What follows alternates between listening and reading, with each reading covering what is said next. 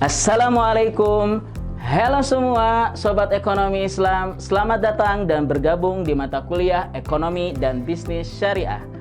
Pada video kali ini kita akan membahas dan belajar bersama tentang sistem ekonomi kapitalis dan apa yang membedakannya dengan ekonomi Islam.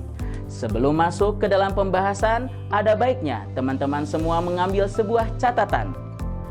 Yang pertama, dalam pembahasan literatur ekonomi, pada umumnya ada dua pemikiran atau sistem mainstream yang mewarnai sistem ekonomi kita hari ini, yaitu kapitalis dan sosialis. Yang kedua, pada dasarnya semua pemikiran atau sistem yang lahir adalah bertujuan untuk memberikan kebaikan dan menyejahterakan masyarakat. Namun, ketika cara pendekatan dan landasan filosofi yang diambil berbeda, menghasilkan hasil akhir yang berbeda pula. Sebagaimana yang akan kita bahas kali ini. So, are you ready guys? Sebenarnya, apa sih yang dimaksud dengan ekonomi kapitalisme? Yuk kita simak berikut beberapa pengertiannya. Yang pertama, menurut Encyclopedia Britannica, kapitalisme diartikan sebagai sebuah sistem ekonomi yang umumnya berlaku di negara-negara barat sejak runtuhnya sistem feodal, di mana mayoritas faktor produksi dikuasai oleh swasta dan di mana produksi dan distribusi pendapatan melalui mekanisme pasar. Selanjutnya, yang kedua, menurut Karl Marx dalam karyanya Das Kapital mengartikan kapitalisme sebagai sistem di mana barang dan jasa termasuk kebutuhan pokok diproduksi untuk mendapatkan keuntungan, tenaga kerja diperjualbelikan di pasar dan semua pelaku ekonomi bergantung pada pasar. Lebih lanjut, Marx mengartikan kapitalisme sebagai sistem eksploitatif di mana kelas pekerja dieksploitasi oleh kelas pemilik modal. Dan yang terakhir, menurut Milton Friedman dalam karyanya Capitalism and Freedom menekankan kapitalisme sebagai sistem ekonomi yang dicirikan dengan kepemilikan aset pribadi atas alat-alat produksi, pasar bebas, pertukaran sukarela dan harga yang ditentukan oleh penawaran dan permintaan sebagai karakteristik utama dari sistem ekonomi yang sehat dan efisien. Nah, gimana Sobat Ekonomi Islam? Sudah dapat poin-poinnya? Apa? Belum? Baiklah. Dari berbagai pengertian yang tadi disebutkan, dapat ditarik 3 kesimpulan penting tentang definisi kapitalisme ataupun pengertian dari kapitalisme. Yang pertama, kapitalisme adalah sistem ekonomi yang berasal dari Eropa yang kemudian berkembang ke seluruh dunia. Pada saat ini, ia menggantikan sistem feodal di abad pertengahan. Dan yang kedua, kapitalisme berkaitan dengan kepemilikan faktor produksi, di mana sumber daya seyogyanya dimiliki dan dikelola oleh individu masyarakat.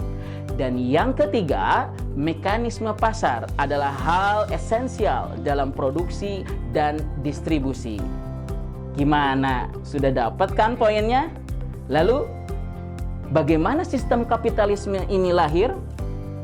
Sistem ini lahir berawal dari keresahan dan ketidakpuasan masyarakat atas sistem feodal yang berkembang di masa itu, di mana para golongan bangsawan yang memiliki kuasa atas sebidang tanah yang luas di pedesaan mengeksploitasi pengikutnya, terutama para petani, dengan meminta biaya sewa tanah yang tidak didasarkan pada nilai pasar dan meminta bayaran pajak atas pemanfaatan lahan. Akhirnya, seiring dengan perkembangan sistem ini, feodalisme mendapatkan perlawanan dan dihapuskan. Revolusi Prancis pada abad ke-17 menjadi momen puncak yang menghapuskan aset feodal secara permanen. Langkah ini kemudian diikuti oleh sejumlah negara lainnya dalam menghapuskan sistem feodal. Dengan berakhirnya sistem feodal, maka sistem kapitalisme berkembang sangat pesat. Sistem kapitalisme memberikan kebebasan kepada setiap individu untuk memiliki aset atau tanah pada waktu itu. Lantas, Siapakah tokoh di balik pesatnya perkembangan sistem kapitalis ini? Coba sobat ekonomi Islam, ada yang tahu? Ya, betul. Jawabannya adalah Adam Smith. Adam Smith dinobatkan sebagai bapak ekonomi yang melahirkan pemikiran kapitalisme dalam bukunya An Inquiry into the Nature and Causes of the Wealth of Nations yang diterbitkan pada tahun 1776. Lebih dalam dijelaskan di antara pemikiran ekonomi Adam Smith yang terkenal adalah teori division of labor, invisible hand, self-interest, dan juga free trade. Dan di antara penjelasannya adalah pelaku ekonomi hendaknya fokus pada pemenuhan self-interest ataupun kepentingan pribadinya. Dengan mengejar kepentingan pribadinya, maka sesungguhnya kepentingan sosial dapat terwujud lebih efektif melalui proses invisible hand atau tangan tidak terlihat. Dalam bukunya The Wealth of Nations, Adam Smith mengungkapkan bahwasanya tidaklah kita mendapatkan daging ataupun roti untuk makan malam kita karena kebaikan dari tukang daging ataupun produsen roti itu, tetapi karena keinginan mereka untuk mengejar kepentingannya masing-masing. Apa yang dituangkan oleh Adam Smith di dalam mahakaryanya menjadi rujukan utama bagi para pemikir ekonomi lainnya dalam pengembangan ekonomi kapitalis, seperti diantaranya David Ricardo dengan teorinya Iron Law of Wages, kemudian Thomas Robert Malthus dengan teorinya Populations and Food Supply, kemudian ada juga John Stuart Mill dan Jeremy Bentham dengan teorinya Utilitarianism, dan John Maynard Keynes dengan teorinya Fiscal and Monetary Policies. Nah, dari uraian-uraian tentang pengertian, sejarah singkat, dan pemikiran dari tokoh kapitalis, dapat ditarik kesimpulan bahwa ekonomi kapitalis memiliki karakteristik sebagai berikut. Yang pertama, kepemilikan individu. Ekonomi kapitalis memperbolehkan masyarakat untuk memiliki aset, baik yang terlihat seperti tanah atau rumah, dan juga aset yang tidak terlihat seperti saham dan juga surat utang.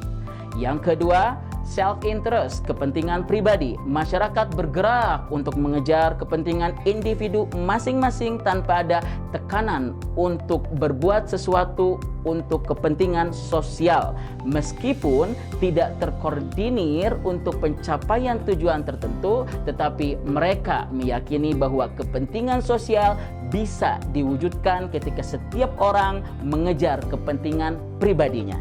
Yang ketiga, persaingan bebas. Produsen bebas keluar masuk pasar persaingan. Yang keempat, mekanisme pasar. Harga ditentukan oleh mekanisme pasar, interaksi antara pembeli dan penjual. Yang kelima, free of choice. Bebas dalam menentukan pilihan untuk konsumsi ataupun produksi ataupun investasi. Dan yang keenam, peran pemerintah terbatas hanya untuk melindungi hak privat warganya dan memelihara tatanan lingkungan yang memastikan mekanisme pasar berjalan dengan semestinya. Halo Sobat Ekonomi Islam, masih bisa mengikuti kan? Baik, melangkah kepada pembahasan inti. Terus apa sih yang membedakan antara ekonomi kapitalis dan ekonomi Islam? Simak penjelasannya ya, don't miss it.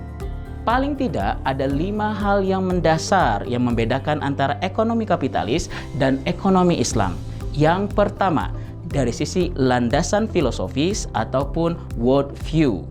Ekonomi kapitalis didasarkan pada logika dan rasionalitas manusia yang terbatas. Sekularisme menjadi keyakinan yang memisahkan agama dari kegiatan ekonomi. Pencapaian material, kekayaan, dan kepuasan individual menjadi ukuran utama kebahagiaan. Kesenangan duniawi adalah tujuan utama dari kesejahteraan manusia. Sebaliknya, Ekonomi Islam didasarkan pada keyakinan wahyu ilahi bahwa ada kehidupan yang abadi setelah kematian, mengajarkan keseimbangan kepada kita dalam tujuan hidup, tidak hanya untuk mencapai keuntungan dunia, namun juga kebahagiaan akhirat, dengan menjadikan dunia sebagai tempat persinggahan untuk beramal dan akhirat adalah tempat kembali yang abadi. Yang kedua, dari sisi values dan moral.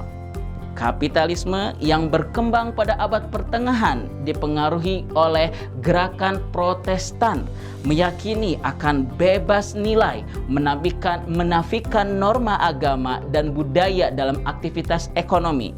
Suatu tindakan baik atau buruk, benar atau salah diukur dan dinilai berdasarkan kepada pleasure and pain, kesenangan atau kepedihan.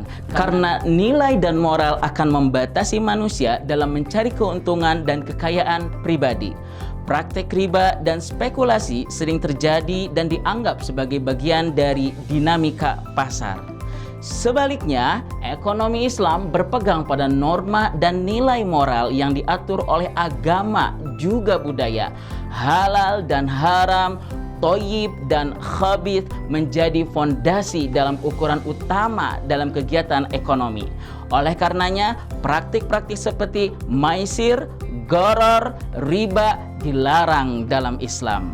Yang ketiga, dari sisi permasalahan ekonomi, kapitalisme berkeyakinan bahwa masalah utama ekonomi adalah scarcity, yaitu terbatasnya sumber daya alam dan pemenuhan keinginan manusia yang tidak pernah terbatas.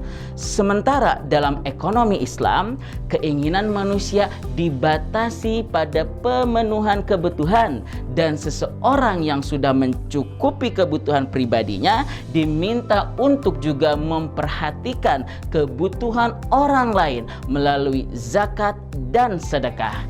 Ini dinamai dengan wealth distribution.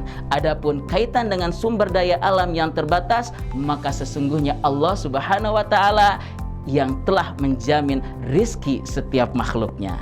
Yang keempat, dari sisi kepemilikan ataupun ownership, kapitalisme menekankan kepemilikan individu dengan kebebasan penuh dengan mengelola dan mengakumulasi kekayaan, seringkali tanpa memperhatikan dampak pada orang lain. Dalam sistem ini, motivasi utama adalah keuntungan pribadi. Sebaliknya, ekonomi Islam melihat Allah sebagai pemilik sejati dari semua harta dan manusia hanya sebagai pemegang amanah. Harta harus digunakan dengan tanggung jawab sosial, termasuk menyisihkan sebagian untuk membantu yang membutuhkan dan mengelola sumber daya secara kolektif. Praktik wakaf juga menunjukkan bahwa kepemilikan individu dapat dialihkan untuk kepentingan umum.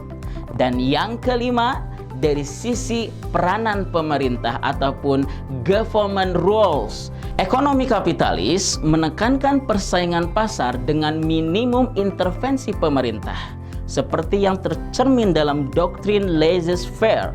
Doktrin ini mengandalkan mekanisme pasar untuk mengatur perekonomian dengan harapan adanya invisible hand ataupun tangan tak terlihat yang akan mewujudkan kepentingan sosial. Sebaliknya, ekonomi Islam memberikan peran pemerintah yang lebih efektif, khususnya dalam mengatur kegiatan redistribusi pendapatan. Pemerintah diharapkan mempromosikan kesejahteraan dan memenuhi kebutuhan dasar setiap individu melalui instrumen seperti zakat. Selain itu, menekankan pentingnya peran pemerintah dalam menjaga harmoni antara kepentingan individual dan sosial, serta memastikan keadilan ekonomi. Gimana sobat ekonomi Islam? Seru kan? Jadi sekarang sudah tahu kan apa itu konsep dasar dari ekonomi kapitalis? Para tokoh yang mengembangkan, karakteristik serta perbedaannya dengan ekonomi Islam? Karena sudah pada tahu, saya akhiri ya. Dan sampai jumpa di video selanjutnya. Wassalamualaikum. Sehat selalu untuk semua sobat ekonomi Islam dimanapun kalian berada. Bye-bye.